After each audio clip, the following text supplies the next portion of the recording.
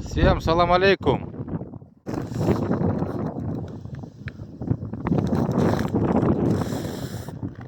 Поставили шерлиц на двоих. Посмотрим сейчас.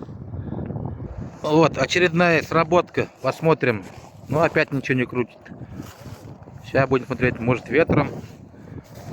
Есть что-нибудь. О, это уже хорошо.